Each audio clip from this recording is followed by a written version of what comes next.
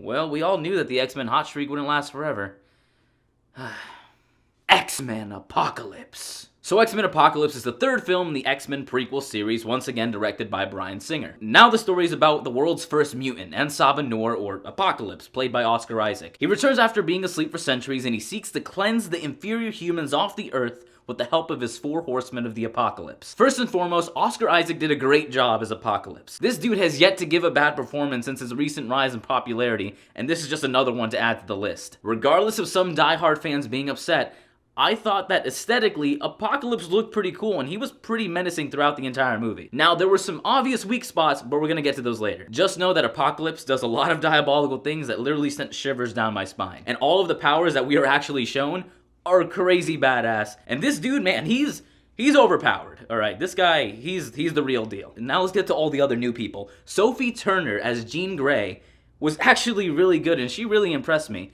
I'm not a fan of hers whatsoever acting-wise because of Game of Thrones, but she really pulled it together in this movie. Then we have Ty Sheridan as Cyclops and Alexander Shipp as Storm, and they were both really good. Cody Smith-McPhee as Nightcrawler stole the show for me in terms of all the new people in the movie. This dude brought it, he's interesting, he's super cool, his character's established, and I can't wait to see more of him. And it was really interesting to see these young mutants find themselves and accept their powers and really discover what their purpose is and what they're good at. Now, Evan Peters as Quicksilver has another great speed sequence in this movie. A little too long for my taste, but still great nonetheless. This was without a doubt the best scene in the movie. Magneto and Professor X provide great performances once again, and they actually provide much of the emotional overtones throughout the movie, regardless of some being a little forced. And now, let's get to the ugly stuff. You're gonna have to bear with me because I'm gonna be extremely critical, but it's only because I care. First off, Apocalypse needs to be physically bigger, and not just in that one scene that you saw in the trailer throughout the entire movie. Now, there are 2 major gripes that I had with Apocalypse as a whole. The first being that they decided to modify his voice in what seemed like to be the most random and inappropriate spots during his lines, instead of just making his voice consistent. It felt like they couldn't figure out a better way to make him feel intimidating, although his powers alone make him feel intimidating. Oscar Isaac's unmodified voice got the job done, and they really didn't need to overdo it. And they do this throughout the entire movie, and it just ended up annoying the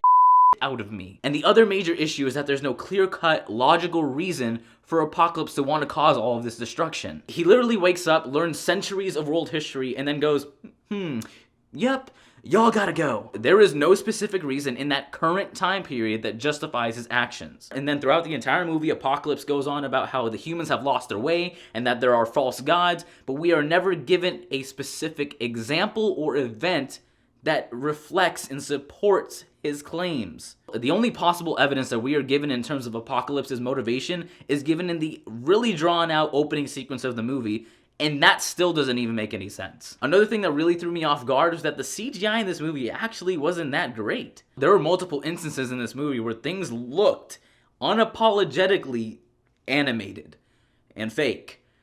I mean, it was obvious. But more than anything, it is blatantly obvious that the writing for this movie took a backseat to everything else. I mean, there is literally a line in this movie that is along the lines of, "It's the 4th of July.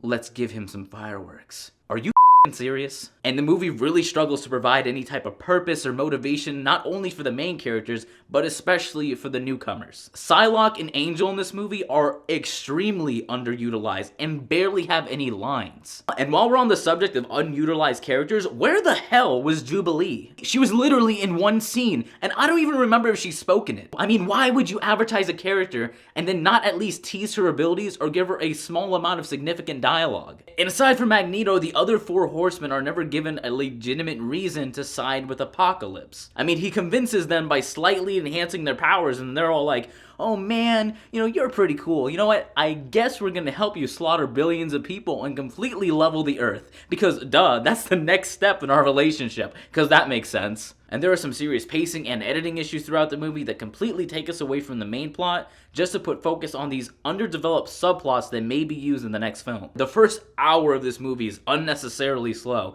and the movie is about 20 minutes too long just because of unneeded frames and really long panning shots. Another big issue with this movie is that it felt as though they didn't really know who they were trying to peg as the main character. I probably love Jennifer Lawrence more than the next guy, but it is blatantly obvious that Fox is just shoving her down our throats now. She has the most screen time in the movie, and not even as blue-skinned Mystique, just so they can ride the appeal of Jennifer Lawrence. There is no justifiable reason for Mystique to have such a large role in this movie. It literally does not make sense. And although we're supposed to be fearing Apocalypse throughout the entire movie, once again, Magneto becomes the center of attention for the villains. It is getting really exhausting to see Magneto flop between good guy to bad guy, then back to good guy, and then having all the X-Men just accept him with open arms after all the destruction and chaos that he just caused. The X-Men keep blindly forgiving him because, hey, you know what? He changed his mind at the last minute, and there's still some good in him. Fox, stick to a choice and roll with it. We know where he's gonna end up already. Just get there. This movie just felt like a massive setup for the next X-Men movie that's finally officially gonna have the X-Men as a unit. There is even one scene in particular that is completely spoiled in the trailer